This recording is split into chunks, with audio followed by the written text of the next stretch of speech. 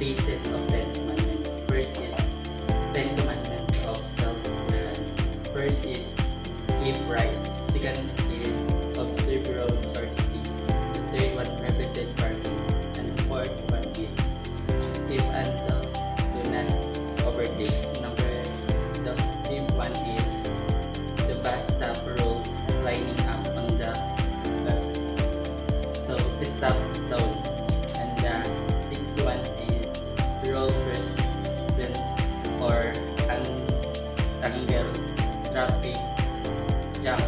And the seventh one is observe traffic management measure. And the eighth one is the philosophy of Pinoy driver, first come first serve vehicles. And the ninth one is on to disregard. And the third one is remember that driver safety. 10 commandments of road safety from traveler. First one, those shall not raise the phone. And the second one is the scroll not. Saan siya? First one is those shall not raise at the phone. And the second one is those shall not throw trust out of the window. And the third one is those shall not or never drive intoxicated. And the fourth one is those that shall not take any changes. And the fifth one is do not shall up the kids. And the sixth one is do not shall drive on the right. And the seventh one is do not drive with one light or with facility light.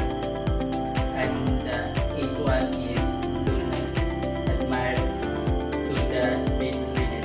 And the ninth one is do not shall keep the distance. And the third one is do not shall practice the faith. The 10 commandments as a self-driver. I will not drive when drunk, nor drowsy, nor fatigued. I will not, and the second one, I will not pass without care and curbs, nor hills, nor the view is unseen by my eyes.